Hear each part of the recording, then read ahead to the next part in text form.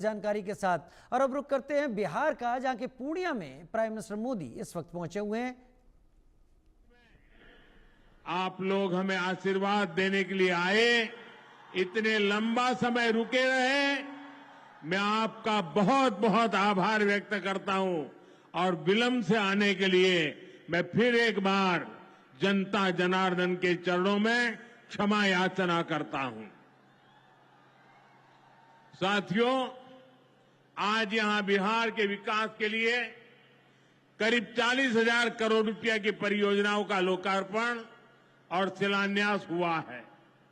Rail, airport, बिजली, पानी से जुड़ी ये परियोजनाएं सीमांचल के सपनों को पूरा करने का माध्यम बनेगी। आज यहां 40,000 से ज्यादा लाभार्थियों को पीएम आवास योजना के तहत पक्का घर भी मिला है। इन 40,000 परिवारों के जीवन में आज एक नई शुरुआत हुई है। धनतेरस से पहले, दिवाली से पहले और छठ पूजा से पहले अपने पक्के घर में गृह प्रवेश बहुत सौभाग्य से होता है। मैं इन परिवारों को बधाई देता हूं, शुभकामनाएं देता हूं। साथियों, आज का ये अवसर मेरे उन बेघर भाइयों बहनों को भरोसे देने का भी है। एक दिन उनको भी पक्का घर मिलेगा, ये मोदी की गारंटी है। हमारी सरकार ने पिछले 11 साल में 4 करोड़ से ज्यादा पक्के घर बनाकर गरीबों को दिए हैं। अब हम 3 करोड़ नए घर बनाने का काम कर रहे हैं। जब तक हर गरीब को पक्का घर नहीं मिल जाता, मोदी रुकने या थमने वाला नहीं है। पिछड़े को प्राथमिकता, गरीब की सेवा, यही मोदी का लक्ष्य है। साथियों, आज सर एम विश्वेश्वरैया जी की याद में हम इंजीनियर्स डे मनाते हैं। विकसित भारत, विकसित बिहार के निर्माण में इंजीनियर्स की बहुत बड़ी भूमिका है। मैं देश के सभी इंजीनियर्स को आज के दिन की बहुत बहुत बधाई देता हूं, अपनी शुभकामनाएं देता हूं। इंजीनियर्स का परिश्रम, उनका कौशल आज के इस कार्यक्रम में भी दिख रहा है। पूर्णिया एयरपोर्ट की टर्मिनल बिल्डिंग रिकॉर्ड 5 महीने से भी कम समय में बनाई गई है। आज इस टर्मिनल का लोकार्पण हुआ है। पहली कॉमर्शियल फ्लाइट को हरी झंडी भी दिखाई गई है। और हमारे एविएशन मिनिस्टर श्रीमान नायडू जी भी हमारे बीच है। उनके लिए भी जरा ताली बजाइए। यहीं से हवाई जहाज उड़ा रहे हैं वो। नए एयरपोर्ट की वजह से अब पूर्णिया देश के एविएशन मैप पर आ गया है। अब देश के बड़े शहरों से, बड़े व्यापारिक केंद्रों से पूर्णिया और सीमांचल की सीधी कनेक्टिविटी होगी। साथियों, एनडीए सरकार द्वारा इस पूरे क्षेत्र को आधुनिक हाईटेक रेल सेवाओं से भी जोड़ा जा रहा है। आज भी मैंने वंदे भारत, अमृत भारत पैसेंजर ट्रेन को हरी झंडी दिखाई है। आज अररिया, गलगलिया नई रेल लाइन का उद्घाटन हुआ है। विक्रमशिला, कटरिया नई रेल का शिलान्यास भी किया गया है। साथियों, कुछ दिन पहले ही भारत सरकार ने एक और बड़ा निर्णय लिया है। Buxar Bhagalpur high speed corridor के मोकामा मुंगेर सेक्शन को मंजूरी दे दी है। इससे मुंगेर, जमालपुर, भागलपुर जैसे इंडस्ट्रियल हब को बहुत फायदा होगा।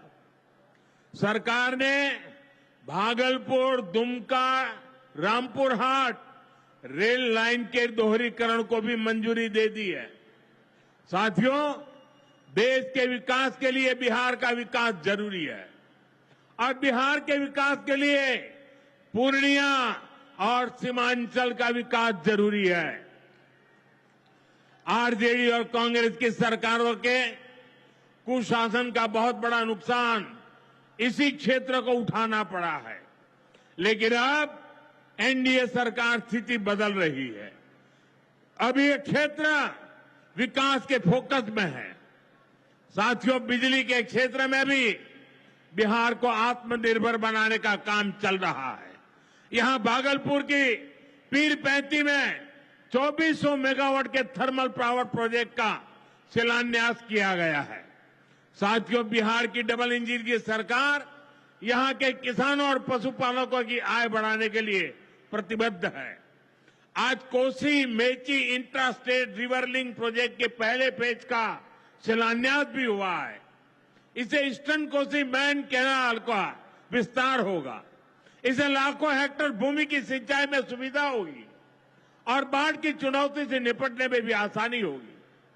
साथियों, बिहार के किसानों के पास आय का एक साधन मखाने की खेती भी रहा है, लेकिन पिछली सरकारों ने मखाने की भी उपेक्षा की और मखाना किसानों की भी उपेक्षा की।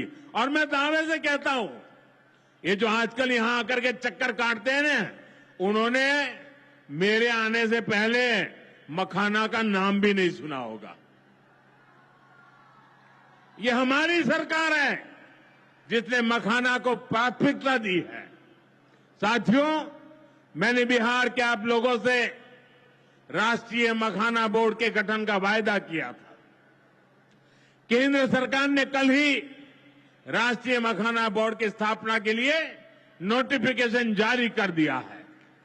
मखाना किसानों को मखाने की अच्छी कीमत मिले, टेक्नोलॉजी का इस्तेमाल बढ़ाया जाएगा। राष्ट्रीय मखाना बोर्ड इसके लिए निरंतर काम करेगा।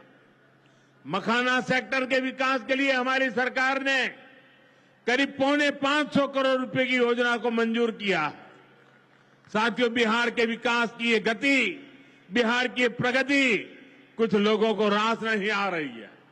जिन लोगों ने दशकों तक बिहार का शोषण किया, इस मिट्टी को धोखा दिया, आज वो ये मानने को तैयारी नहीं कि बिहार भी नए कीर्तिमान बना सकता है। आप देखिए, बिहार के हर क्षेत्र में हजारों करोड़ रुपए के डेवलपमेंट प्रोजेक्ट पर काम चल रहा है। बिहार के राजगीर में हॉकी का एशिया कप जैसा बड़ा आयोजन हुआ। ओटा सिमरिया पुल जैसे ऐतिहासिक निर्माण कार्य बिहार में हुए। Made in Bihar rail engine Africa तक एक्सपोर्ट होकर जा रहा है। लेकिन ये सब कांग्रेस और आरजेडी वालों को पच नहीं रहा है।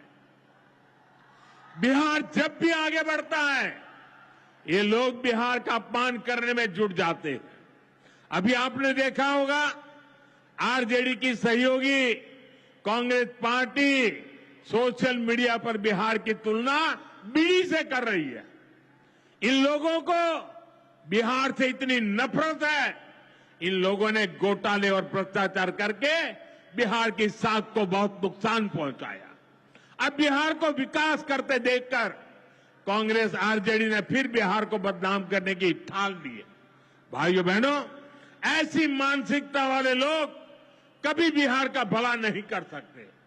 जिन लोगों को अपनी तिजोरी भरने की चिंता रही हो, वो गरीब के घर की चिंता क्यों करें? कांग्रेस के एक प्रधानमंत्री ने माना था कि कांग्रेस सरकार 100 पैसा भेजती है, 100 रुपये, तो 85 पैसा बीच में ही लूट जाता है। आप मुझे बताइए, कांग्रेस आरजेडी की सरकार में सीधे गरीब के खाते में पैसे आ पाते थे। लालटेन जला करके वो पंजा उस पैसों को हाथ मारता था। और